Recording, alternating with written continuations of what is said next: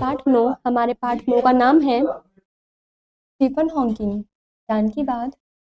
आमतौर पर व्यक्तियों को अपनी दृष्टि से देखा जाता है या हमें किसी की शारीरिक कमजोरी को देखकर उसकी मानसिक या बौद्धिक क्षमता पर संदेह करना चाहिए। इस पाठ में हम एक ऐसे व्यक्तित्व के विषय में पढ़ेंगे जिसने शारीरिक रूप से पूर्णतः असक्षम होने के बावजूद उपलब्धियों की उन बुलंदियों को छुआ जिन्हें छूना उन लोगों के लिए भी कठिन होता है जो एक स्वस्थ और सबल शरीर के मालिक होते हैं। ऐसे उन महान प्रशिक्षक ने केवल अपनी अम्लीय इच्छा शक्ति के बदौलत कर दिखाया। क्या आप किसी ऐसे व्यक्ति की कल्पना विश्व के महान वैज्ञानिक के रूप में कर सकते हैं जो न केवल चलने फिरने में सक्षम हो बल्कि इतना असक्षम हो कि मस्तिष्क को छोड़कर के शरीर का प्रत्येक अंग स्थिर या यूं कहें कि निर्जीव हो चुका। वह एक भी शब्द बोल नहीं सकता हो लेकिन लंबे लंबे व्याख्यान देता हो।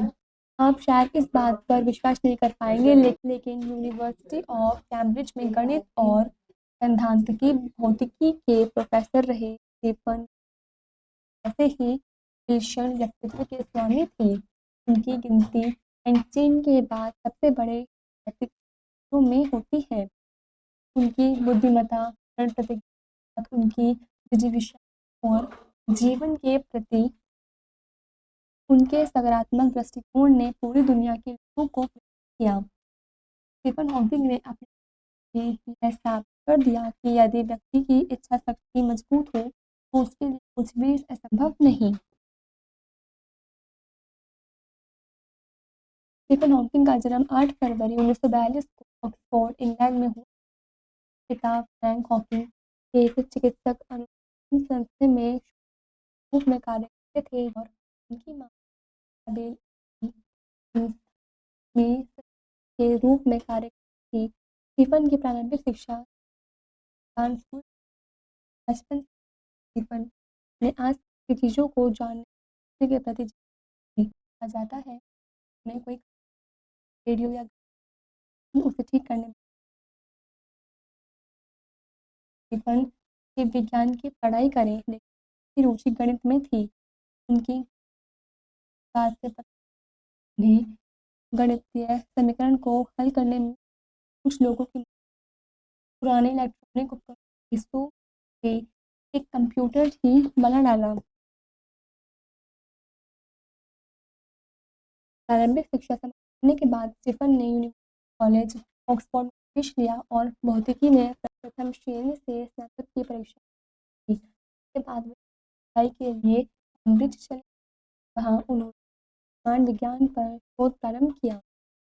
जब स्टीफन शोध कार्य करते थे इन सीढ़ियों वे बेहोश होकर गिर पड़े। इसके बाद अब रहने विशेष बदलाव देखने को मिले। ये जांच के बाद डॉक्टरों ने बताया कि उन्हें मोटर न्यूरॉन नामक एक लाइलाज है। से पीड़ित व्यक्ति के शरीर के सभी अंग धीरे धीरे काम बंद कर देते होने की स्थिति में भी नहीं रह जाते। अंत में रोगी की जाती है मृत्यु हो जाती है। डॉक्टर ने स्टीफन के पिता को उस समय बताया था कि स्टीफन ज़्यादा से ज़्यादा 2 वर्ष तक जीवित रहेंगे। उस समय स्टीफन मात्र 21 वर्ष के थे परंतु स्टीफन ने बीमारी के साथ घुटने नहीं टेके और अपने शोध कार्य में लगे रहे।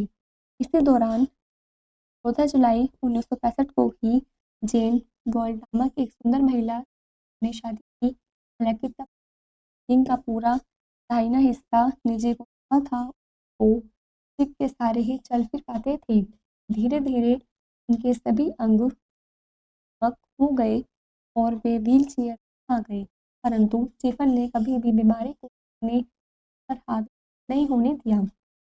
उन्होंने शारीरिक क्षमता के बावजूद रिसर्च कार्य जारी रखा। ब्रह्मांड विज्ञान में पीएचडी की उपाधि प्राप्त की।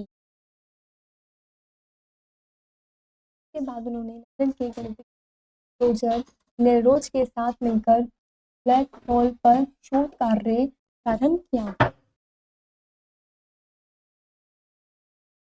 हॉकिंग को 32 साल की उम्र में रॉयल सोसाइटी का सदस्य चुना गया। यह उपलब्धि करने वाले वे सबसे कम उम्र के वैज्ञानिक थे। महज 37 साल की उम्र में वे लुकासियन प्रोफेसर के पद पर नियुक्त किए गए थे। न्यूटन जैसे प्रसिद्ध वैज्ञानिक भी इस पद की शोभा बढ़ाते थे। अपने व्याख्यानों और लेखों से हॉकिंग ने दुनिया भर के विज्ञान प्रेमियों को खूब प्रभावित किया था। उन्होंने ब्लैक होल और बिग बैंग थ्योरी के समझाने में महत्वपूर्ण भूमिका निभाई। अपने एक व्याख्यान में उन्होंने बताया था, हमारा ब्रह्मांड निरंतर वैसे ही फैलता जा रहा है जैसे किसी गुब्बारे पर दो बिंदु बना दिए जाएं और उसके बाद गुब्बारा जब फुलाया जाए तो वे बिंदु एक दूसरे से दूर होते जाएंगे, परंतु रहेंगे गुब्बारे पर ही। यही बात ब्रह्मांड और ग्रहों पर भी लागू होती है। एक और स्टीफन अपनी विलक्षण कड़े परिश्रम को न्यूनतम जानकारी देते रहे, वहीं दूसरी ओर प्राकृतिक लगातार उनकी चली थी। 1950 में भयंकर निमोनिया हो गया। बार उनकी बोलने की शक्ति भी चली गई। ऐसे में उनके सामने गंभीर समस्या खड़ी हो गई। इस समस्या से निपटने के लिए उन्होंने एक छोटा सा कंप्यूटर अपनी व्हील चेयर के साथ लगवाया और एक स्पीच सिंथेसाइजर भी इस कंप्यूटर के साथ लगवा दिया।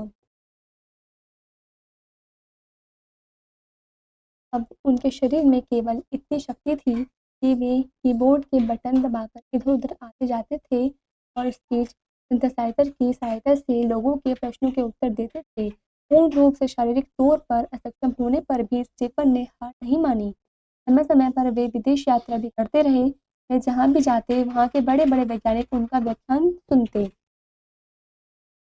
वे कहा करते थे, यदि मैं व्यर्थ में शरीर की विकलांगता के लिए गुस्सा करता हूँ तो यह मेरे लिए समय गंवाने जैसे ही है। यदि आप बस शिकायत ही करते रहेंगे और क्रोधित होते रहेंगे तो किसी के पास हमारे लिए समय नहीं होगा।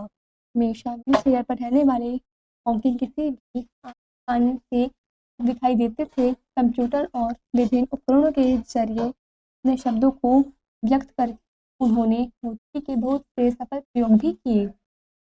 उन्होंने कई पुस्तकें लिखी जिनसे ब्रह्मांड की जटिलताओं को समझने में मदद मिलती है। हॉकिंग ने the grand design the universe in a nutshell, a brief history of time, black hole और बेबी यूनिवर्स जैसी कई महत्वपूर्ण किताबें लिखी। उनके पास 12 मानद डिग्रियां थीं। हॉकिंग ने कार्य को देखते हुए अमेरिका का सबसे उच्च नागरिक सम्मान उन्हें दिया गया।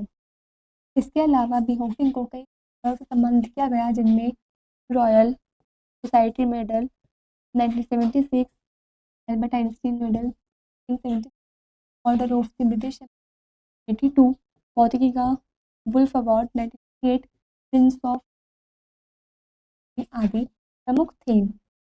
हॉकिंग के जीवन पर वर्ष 2014 में थ्योरी ऑफ एवरीथिंग नामक फिल्म भी बन चुकी है।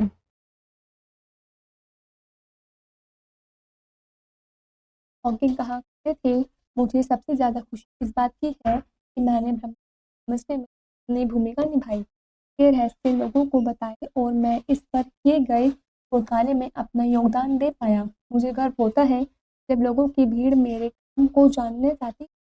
हॉकिंग 21 वर्ष की उम्र से ही बीमार चले आ रहे थे। अपनी गंभीर बीमारी के कारण इन्होंने अपने जीवन काल लगभग 53 व्हील चेयर पर बिताए। 14 मार्च 2018 को इस महान वैज्ञानिक ने अंतिम सांस ली, लेकिन अपने पीछे वे एक ऐसी प्रेरक दास्तान छोड़ गए जो आने वाली पीढ़ियों को हमेशा प्रेरित करती रहेगी। विज्ञान के क्षेत्र में दिए गए उनके योगदानों के कारण वे सदैव लोगों की स्मृतियों में जीवित रहेंगे।